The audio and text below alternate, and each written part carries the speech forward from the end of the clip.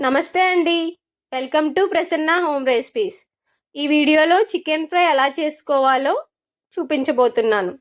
Bachelors కూడా చాలా ఈజీగా చేసుకునేలా చూపించబోతున్నాను. చేసేద్దాం, వచ్చేయండి. ముందుగా ఒక 3 ఉల్లిపాయలను తీసుకొని సన్నగా చిన్న చిన్న ముక్కలుగా తరుక్కోవాలి. ఒక 4 పచ్చిమిరపకాయలు తీసుకొని మధ్యకి చీలికల్లా కట్ చేసుకోవాలి. ఇలా కట్ చేసుకున్న తర్వాత చికెన్ని ఆల్రెడీ మ్యారినేట్ చేసి పెట్టుకున్నాను నేనైతే. చికెన్ మ్యారినేట్ చేయటం కోసం ఒక స్పూన్ పచ్చికారం, ఒక స్పూన్ సాల్ట్ వేసుకొని చికెన్కి బాగా పట్టించాలి. ఇలా పట్టించిన తర్వాత 30 మినిట్స్ ఫ్రిడ్జ్లో ఉంచాలి. తర్వాత బాండి పెట్టుకొని 4 టేబుల్ స్పూన్ ఆయిల్ వేసుకొని మ్యారినేట్ చేసుకున్న చికెన్ని తీసి బాండీలో వేసుకోవాలి.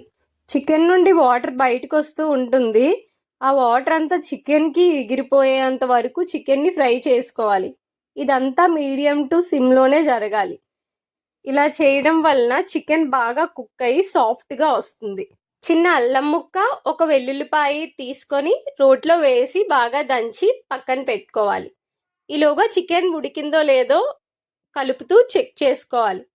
ఇలా చెక్ చేసుకున్నప్పుడు చికెన్ ఉడికిపోయింది అని అనుకున్నప్పుడు మనం కొంచెం అల్లం వెల్లుల్లి దంచుకున్నది వేసుకొని కట్ చేసి పెట్టుకున్నటువంటి ఆనియన్స్ని కూడా వేసుకొని ఒకసారి కలుపుకొని ఆనియన్స్, అల్లం వెల్లుల్లి పేస్ట్ బాగా మగ్గించేలా చేసుకోవాలి. మసాలా కోసం ఒక స్పూన్ జీలకర్ర, ఒక బిర్యానీ ఆకు, 2-3 దాల్చిన చెక్క ముక్కలు, 3-4 యాలుకలు, ఒక మరాఠీ మొగ్గ, 4-5 లవంగాలు, చిన్న జాజికాయ ముక్క, ఒక స్టార్ పువ్వు, 2 చిన్న ఎండు కొబ్బరి ముక్కలు, 6-5 జీడిపప్పులు వేసుకొని, నేను క్లిప్ మర్చిపోయాను, ఇందులో ఒక 3-4 ఎండుమిరపకాయలు కూడా యాడ్ చేసుకొని స్క్రీన్లో చూపిస్తున్న విధంగా మెత్తగా పొడి చేసుకొని వేగుతున్నటువంటి చికెన్లో సరిపడినంత వేసుకోవాలి. ఒక 2-3 స్పూన్స్ వేసుకున్న తరువాత కరివేపాకు, కొత్తిమీర, పుదీనా ఉంటే వేసుకొని బాగా కలుపుకోవాలి.